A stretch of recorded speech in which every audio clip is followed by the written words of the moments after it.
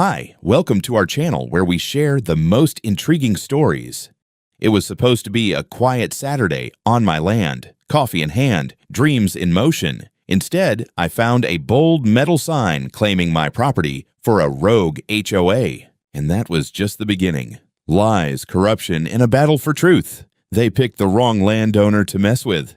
It was supposed to be a calm Saturday. Nothing fancy, just me, my boots, and 3.5 acres of open Colorado land I'd been dreaming about for years. The plan was to walk the property lines with my contractor and a topographer, double-check soil conditions, and maybe talk about where the solar panels would go once we broke ground next spring. I'd even brought coffee in a thermos and that smug kind of satisfaction only landowners understand, the kind you get when you know you're building something from scratch and no one can tell you what to do. Or so I thought. The first sign that something was off wasn't the air or the land. It was the metal glint. I pulled up to my gate and froze. Dead center in the clearing near the eastern post line stood a large metal sign, clean, shiny, freshly bolted into the ground. Bold black letters screamed at me from a silver background. Silver lot. Property of Pinecrest HOA. No entry. Trespassers will be reported. My stomach dropped. The hell? I stepped out of my truck and stared at the sign like it might dissolve if I squinted hard enough. Pinecrest HOA? I wasn't in Pinecrest. My land butted up to their development, sure, but this lot wasn't part of their jurisdiction. When I bought it, I made damn sure of that. 3 title searches, 1 independent survey, and a call with a real estate attorney to triple-check the legal boundaries. There was no way in hell they owned this land. No way. My contractor, Ben, pulled in behind me, followed by the topographer, Lacey. They got out slowly, eyeing the sign like it was radioactive. Ben walked over and gave me a look. Dexter, something you forgot to tell us." "Not unless I've been hit in the head recently," I muttered. "That sign wasn't here a week ago." Lacey pulled out her phone and checked the coordinates. "This is the same lot we marked last time. You're still within your boundary." That was enough for me. I grabbed my work gloves, marched over, and ripped the damn thing out of the ground, bolts and all. Heavy sucker, probably custom made. I tossed it into the back of my truck like it was radioactive trash and immediately started snapping photos of where it had been staked. The ground was still moist. Installed within the last day or two, easy. Ben whistled low.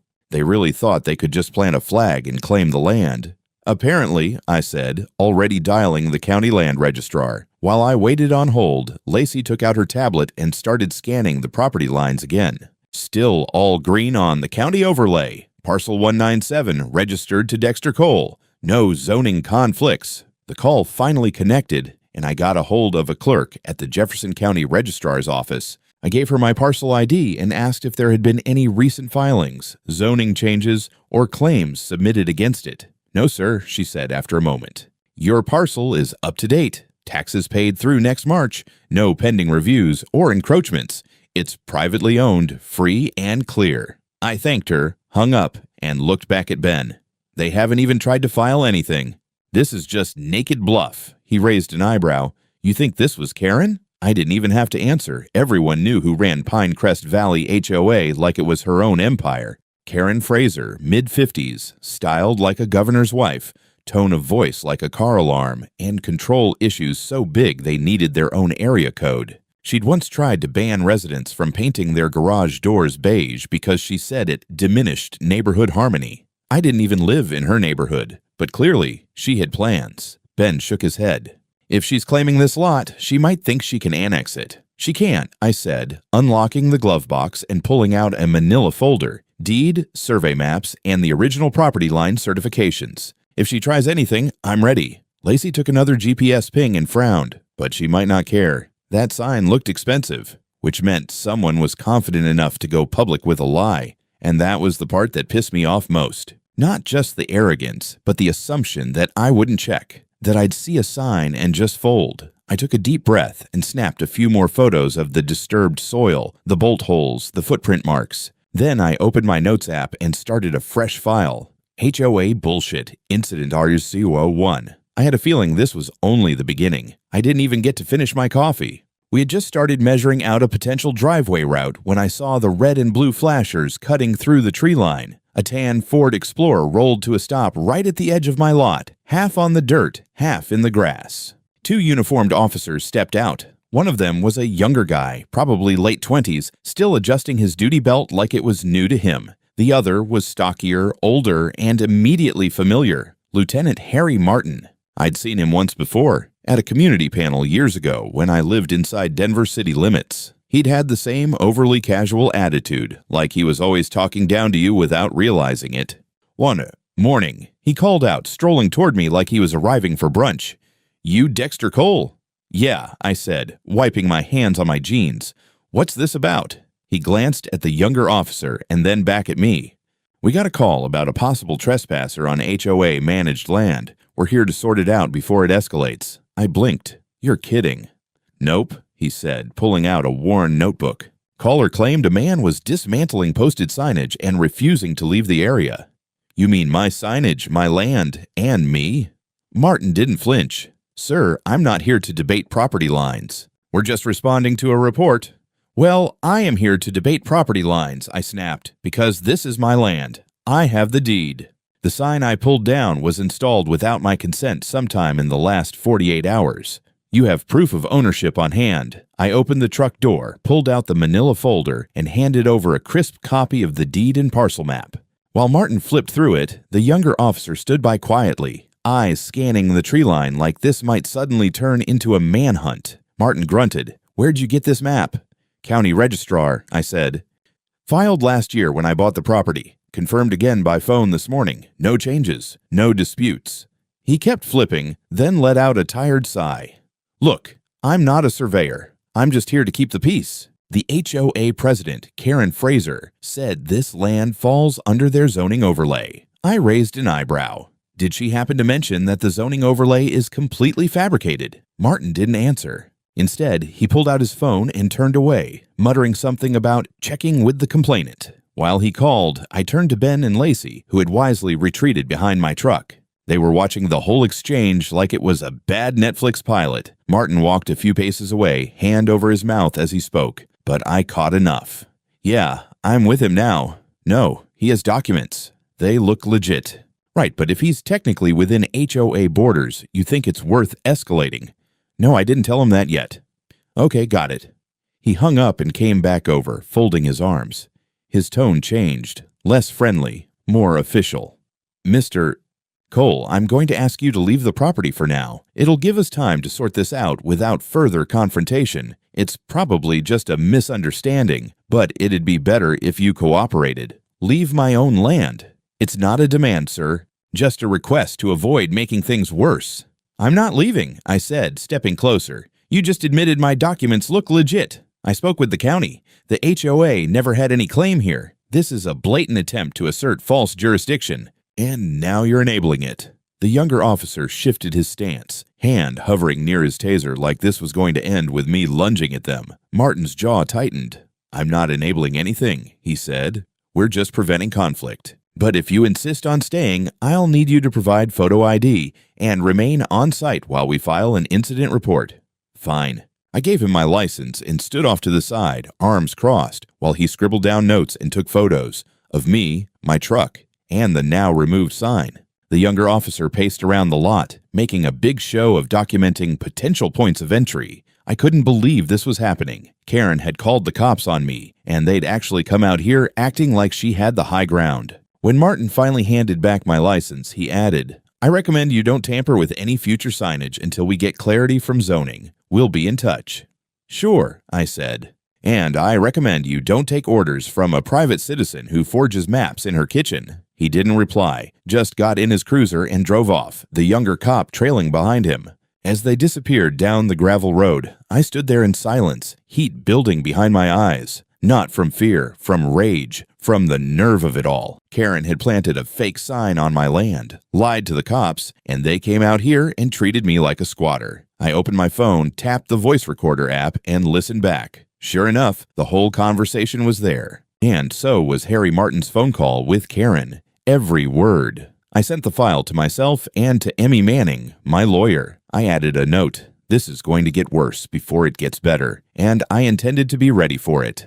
I didn't sleep that night. I wasn't panicking, just wide awake, staring at the ceiling and cycling through every possible way this could go sideways. I'd dealt with bureaucracy before. I'd even gone toe-to-toe with incompetent developers who tried to squeeze extra square footage out of zoning laws. But this was different. This was personal. Karen had crossed a line by involving law enforcement and acting like she could declare eminent domain with a bolt gun and a yard sign. By 8 a.m., I was in my office, scanning every document I had. Deed, purchase contract, land survey, zoning certifications. I organized them into a digital folder and emailed everything to Emmy, my attorney. By 10, I was sitting across from her at her downtown firm, watching her flip through the physical copies. She really called in a fake zoning overlay, Emmy asked, raising an eyebrow. She filed something, I said, but it never touched the county office.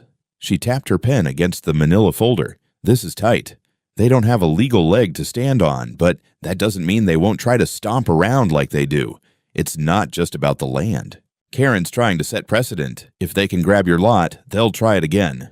I figured. She leaned back. All right. Step 1, we send a formal cease and desist to both Karen personally and the Pinecrest HOA board. Step 2, we notify the county land register in writing about the fraudulent zoning activity, just in case they try to sneak in a retroactive claim. And Step 3, we file a complaint with the Colorado Post Board, she said. For abuse of authority by Lieutenant Martin, the audio you recorded, that's gold. It's clear he's not operating impartially. I nodded. He took a call from her on site, treated her word like a court order. Exactly. I'll flag that with the Office of Professional Conduct. If we're lucky, he gets investigated. If we're very lucky, he gets suspended while they dig through his past cases. And Pinecrest. Emmy smirked. I'm just getting started. That afternoon, I drove to the county recorder's office myself. I wasn't content with digital trails. I wanted physical confirmation. The clerk at the front desk, a woman named Janine who looked like she'd seen it all, was helpful, if not mildly amused. Yep, she said, squinting at her monitor. No zoning overlay expansion has been filed in the last 6 months, and Pinecrest's official boundaries haven't changed since 2011. I handed her a printed screenshot of the sign. They're claiming my parcel as theirs. Said it was for a community green space. Janine clicked her tongue. They'd need to file a community plan, get environmental assessments, notify neighboring landowners, and hold a public comment period. That hasn't happened. Can I get that in writing? She printed a stamped document right there. Keep this. And if they try to forge something later, we've got today's timestamp. I thanked her and left, heart still pounding, but now with legal ammunition in hand. Back in my truck, I checked my email. Emmy had already forwarded me a PDF of the cease and desist notice with her firm's seal, addressed to both Karen Fraser and the full HOA board. I printed 3 copies, tossed them on my passenger seat, and drove straight to Pinecrest Valley. I didn't bother being subtle. I parked near the front gate and walked straight to the HOA mailbox kiosk, slid the envelope for the board into their official Dropbox. Then, like a delivery man in a vengeance movie, I walked right up to Karen Fraser's house. It was a cathedral of HOA elitism, columned porch, gravelous driveway, potted lavender by the front door. I rang the bell once. She opened the door within seconds, already scowling. You again. I held up the envelope. Cease and desist, from my attorney. She didn't take it, so I placed it gently on her welcome mat. You've got 24 hours to remove any HOA materials from my property. That includes signs, stakes, and whatever else your friends installed. After that, it's civil action. Karen snorted. Your lawyer can posture all she wants. The community voted to reclaim that land as public space. Your vote is meaningless, I said. You forged the zoning map. The county has no record of it. Her smugness wavered just for a second. I leaned in slightly. And by the way, your conversation with Lieutenant Martin? Recorded, forwarded to the post board. And if you try anything else, I'll drag your entire HOA board into court for conspiracy and fraud. She clenched her jaw, eyes sharp like broken glass. You don't know who you're dealing with. I do now, I said. That's why I came prepared. I turned and walked away. The next morning, I received a call from Emmy. She's panicking, she said. The HOA's lawyer called to request a clarification meeting. Classic move when they realize they've been caught overplaying their hand. I told them no. We're not negotiating over land you already own. Good, but I also got something juicier, she added. A tip, apparently Karen's zoning map was submitted using a contractor stamp belonging to someone named Jeffrey Cobb. Who's that? That's the thing, Emmy said. There's no such registered architect in the state of Colorado. The license number doesn't match anything. It's completely made up. Fake map, fake contractor, real consequences. I looked out the window toward the foothills, where my land sat, temporarily peaceful, but under siege in paperwork form. I wasn't backing down, and the next time Karen made a move, I'd be ready to hit back even harder. A week later, the air was heavy with tension. I hadn't heard a word from Karen since delivering that cease and desist letter, but Emmy assured me that silence wasn't surrender, it was scheming. The HOA hadn't responded officially, but word was getting around Pinecrest. One of the residents, a guy named Vince who worked in HVAC and knew how to mind his own business, sent me a heads up by text. They're talking about you in the board chat. Something about enforcement. Enforcement. The HOA wasn't supposed to have enforcement. They weren't cops. They were a committee of suburban micro-tyrants who liked rules about mailboxes and grass height. But Karen had spent years twisting that role into something heavier, and now she was treating my land like the Alamo.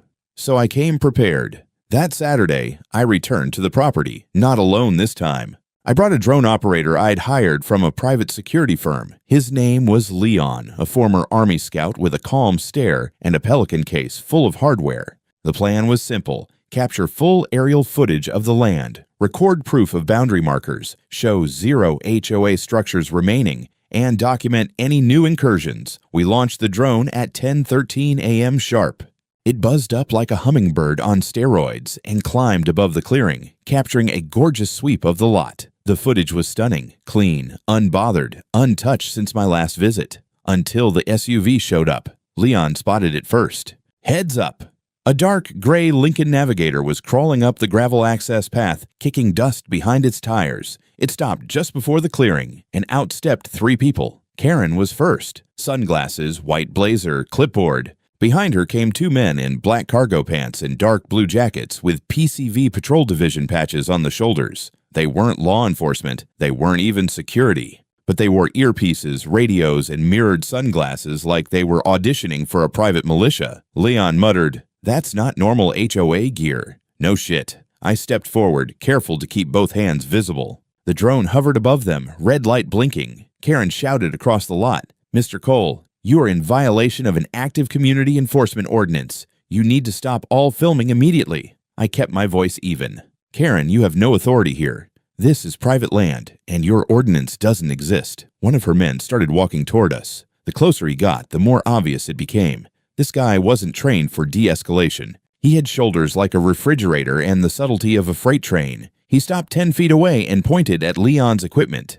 "You need to take that drone down." Leon didn't blink. "This is FAA-compliant airspace. Nothing restricted here. I'm telling you to land it." "Got a warrant?" Leon said flatly. The man's hand twitched toward Leon's controller. "Bad move." I stepped between them. "Touch my guy or his gear again, and I swear to God, you'll be on the ground." Karen came closer, still holding the clipboard like a shield. "Mr. Cole, we're authorized to maintain order. This property has been earmarked for HOA community use." I laughed. "By who? You and your imaginary architect? Your fake map?" "I've got the deed, the timestamp, the certified boundary survey, and about 15 gigabytes of drone footage. You're trespassing." The second man, shorter, twitchier, was pacing around our truck like a dog sniffing for a fight. I saw him pull out his phone and start taking photos. Leon turned the drone so it hovered directly above us, camera locked on the trio. Then the refrigerator-sized man lunged forward and grabbed for my phone. Instinct kicked in. I stepped back, drew my pepper spray from my hip pocket, and fired a clean stream directly across his chest and eyes. He screamed, stumbled, and dropped to one knee, clawing at his face. The smaller guy reached for me, but Leon stepped forward and said, "Try it, and you're going to sleep." I immediately called 911. "Name's Dexter Cole," I said calmly. "I'm reporting an assault in progress on private land. 3 individuals, one of them HOA President Karen Fraser, are trespassing and attempting to seize property under false legal pretense. Physical assault has occurred. I have it all on drone and body cam." The dispatcher asked if I was safe. "For now," I said, watching Karen scream into her phone like a demon being exorcised. 12 minutes later, 2 sheriff's deputies arrived, this time from a different precinct, the one that didn't owe Karen any favors. They found the pepper-sprayed man still sitting in the grass, red-eyed and wheezing. I showed them my ID, the drone footage, and the stamped deed. Karen tried to protest, but they shut her down immediately. "Ma'am, this parcel is not part of Pinecrest Valley. You have no jurisdiction here. If you and your companions don't leave immediately, we'll be placing all of you under arrest for trespassing and unlawful interference." She exploded. "You're making a mistake. This land was voted into common use. There are minutes from our HOA meeting." "You can vote to paint the moon pink, ma'am," one deputy said. "That doesn't make it enforceable." They detained all three. Karen screamed that she had connections, that this was political persecution, that she would see every one of them in court. I smiled, waved at the drone still hovering in the air, and said, "You're going to look great on playback." The footage went viral faster than I expected. Leon handed off the drone files to Emmy the same night. By morning, we had the video split into 3 clean, time-stamped clips: the unlawful approach, the physical assault, and the arrival of law enforcement. Emmy sent them directly to the sheriff's office, the post board, the district attorney's office, and, after some deliberation, one of her contacts at the local CBS affiliate. I didn't think the media would care, but apparently they love a good HOA disaster, especially when it involves a trespassing president, fake security goons, and a failed land grab, all caught on camera. By noon, the headline was running across the local news ticker: "Pinecrest HOA president caught trespassing on private property. Violent confrontation recorded on drone." The segment was clean, professional, and damning. Karen's face was blurred out initially, but you could still hear her voice shrieking about reclaiming land and community enforcement jurisdiction. The anchor made a point of reading my property's legal deed description aloud and stating clearly that the land was not, and had never been, part of Pinecrest Valley. It blew up from there. HOA blogs picked it up. Real estate attorneys began dissecting it on LinkedIn. A Reddit thread with the title "HOA Karen Gets Owned by Drone Footage" had over 10,000 upvotes by the end of the day. I wasn't looking for fame, but suddenly I had a small army of online allies digging up HOA abuse stories from across the country. And Karen?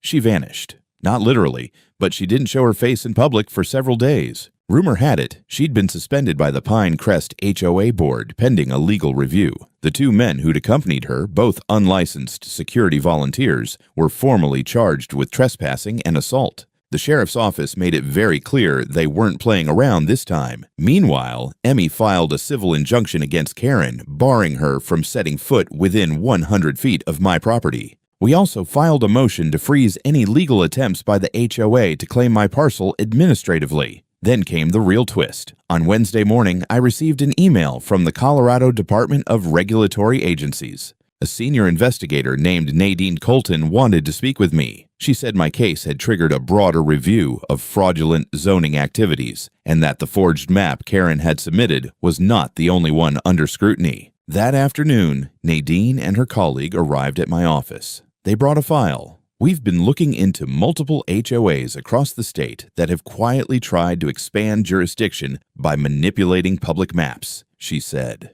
"What makes your case unique is the fake architect's signature." She laid out a document stamped with the name Jeffrey Cobb, the same fake contractor Emmy had found earlier. "We ran the license," Nadine said.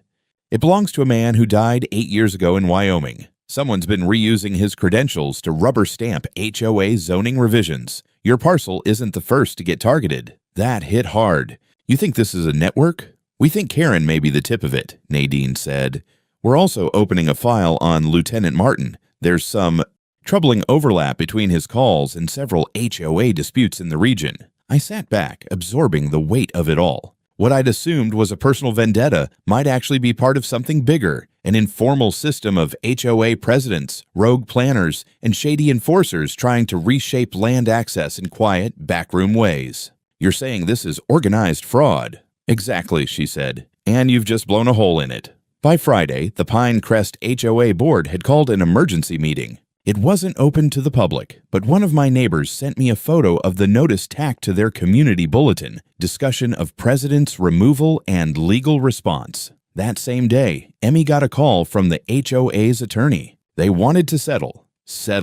After assault, trespassing, forgery, and trying to steal my land with a fake map, they wanted to talk it out.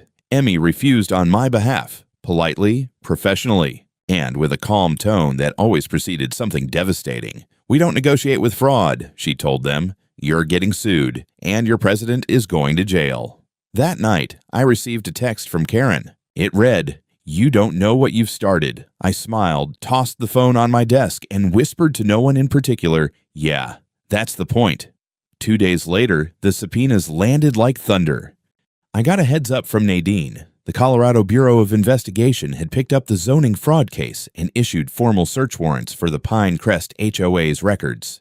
Not just emails or budgets, they wanted everything: internal communications, contractor agreements, security expenses, and especially anything involving Jeffrey Cobb, the dead architect whose stamp had shown up on that fake zoning doc. That afternoon, HOA headquarters was swarmed. Real agents, real warrants, no Karen in sight. They seized 6 computers, a stack of USB drives, several cardboard boxes of handwritten notes, and one very agitated interim board member who kept shouting, "We didn't know it was fake. We trusted Karen. I bet they did." Meanwhile, Emmy and I were already drafting our next move, a formal civil RICO lawsuit, racketeering. It sounded dramatic, and it was, because by now it was clear this wasn't just a petty HOA gone wild.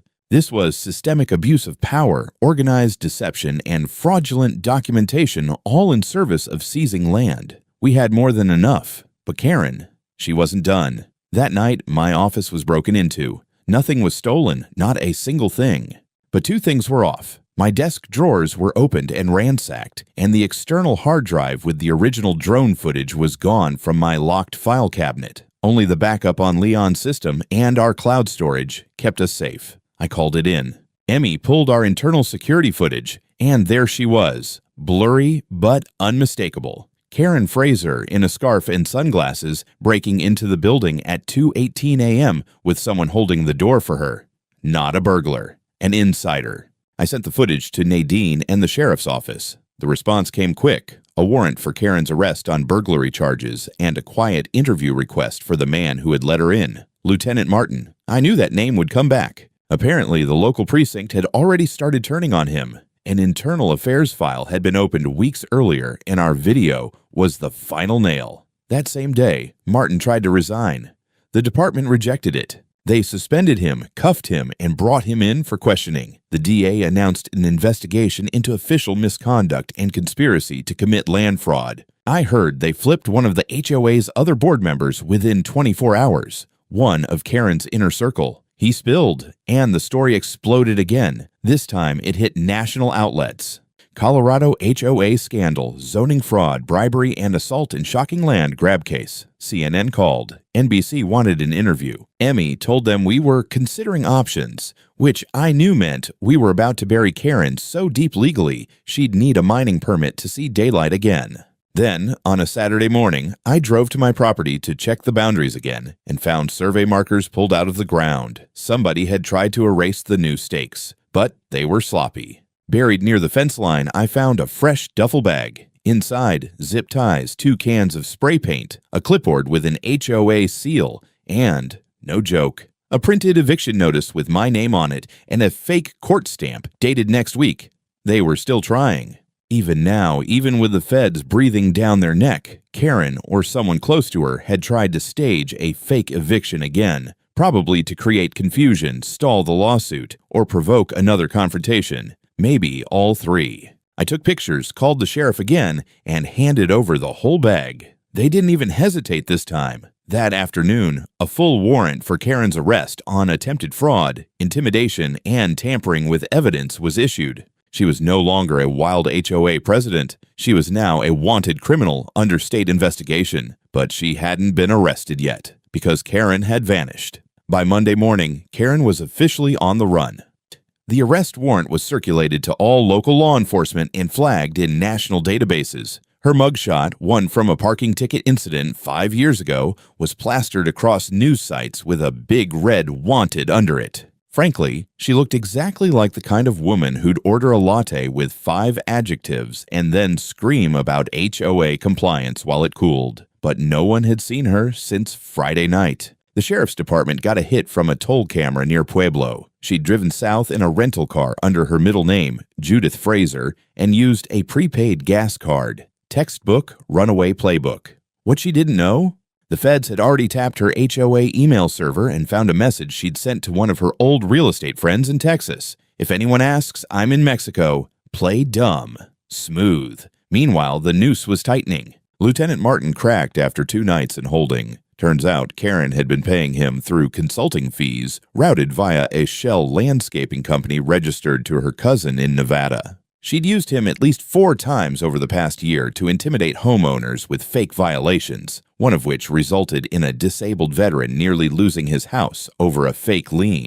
His plea deal came with full immunity in exchange for every email, text, and meeting detail. The DA now had enough to hit Karen with over 20 federal and state charges, ranging from conspiracy to impersonating public officials to fraud, burglary, assault, document forgery, unlawful eviction, and racketeering. The list read like a corruption starter pack. Then came the real firestorm. The interim HOA board, trying to save what little reputation they had, held a public emergency meeting. Cameras were allowed. Members were furious. Some demanded the disbanding of the entire HOA. Others shouted about how they'd been manipulated, misled, and coerced. And then, unexpectedly, 2 more board members resigned on the spot and offered to testify. One of them, a retired accountant, handed over a binder of printouts detailing every unauthorized expense Karen made through the HOA's fund. Furniture for her home, private drivers, flights to Vegas, even a $14,000 community project that turned out to be her backyard gazebo. The judge overseeing my civil case was watching it all unfold. In a rare move, the court granted us emergency injunctive relief, allowing us to seize key HOA assets, freeze their accounts, and secure a $1.2 million pre-judgment lien pending final trial. That evening, as the sun went down over the mountains, I stood on my land and watched workers drive in new steel boundary stakes and install motion-activated cameras at the corners. The drone hovered overhead, recording everything. And that's when the sheriff called. We got her. Karen was found in a motel near Santa Fe, trying to use a fake ID and arguing with the manager about bath towels. She screamed, "I'm a president," as they cuffed her. No one cared. They brought her back in chains. And for the first time in months, maybe years, I felt the land breathe again. My land. Not theirs. Not hers. Mine. The courtroom was packed. Press lined the back wall. Locals sat shoulder to shoulder. Several HOA members who once backed Karen now stared at her in silent disbelief, as if realizing for the first time that they'd been following a lunatic in a pantsuit. Karen was let in wearing beige jail scrubs, handcuffed, and unrepentant. She didn't look at me once, not when the bailiff read the charges, not when the district attorney began his opening remarks, not when the forensic analyst displayed the doctored zoning map, complete with word art labels. Over the next 5 days, the court heard it all. Lieutenant Martin testified first. Voice shaking, he admitted he'd abused his badge to assist in property enforcement at Karen's direct request, despite knowing the land wasn't under HOA jurisdiction. He pointed directly at her and said, "She told me if I didn't help her, I'd be shut out of every local deal from here to Vail." Then came the drone footage. Every juror leaned forward when the video played. Karen yelling. The fake patrol shoving my phone, the moment I pulled the pepper spray, the sheriff's arrival, the meltdown. It was raw, real, and undeniable. My attorney dropped the final hammer, a copy of the original zoning plan, certified by the county office, placed side by side with Karen's forgery. The differences weren't subtle. Hers had misspelled perimeter. The defense tried to argue she had good intentions, that she was acting on behalf of the community. But the judge shut that down with a single question.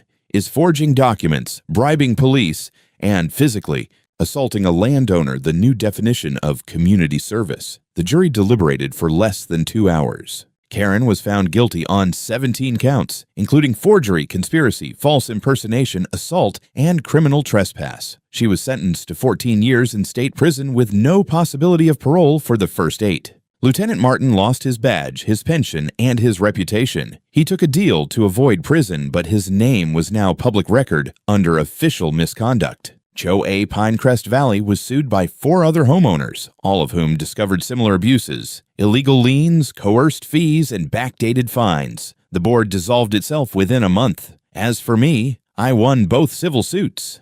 The court awarded me $1.2 million in damages, including compensations for obstruction of development, legal expenses, and emotional distress. That money went straight into building the house I'd always dreamed of. Today, that house stands on a ridge overlooking the national park. Floor-to-ceiling glass, solar panels, triple insulated walls, drone docking bay, secure perimeter. I built it stronger than originally planned, and smarter. Right at the entrance sits a custom-welded sign bolted into solid concrete. Private property, not under HOA. Trespassers will be prosecuted. Owner, Dexter Cole, the guy who took you to court. Local kids call it the Smart Fortress. Occasionally someone stops to take a photo of the sign. And sometimes when I sit outside with coffee and hear nothing but wind in the pines, I think of Karen yelling about jurisdiction from a 6x8 cell. She thought power came from a title. I proved it comes from truth, cameras, and a good damn lawyer.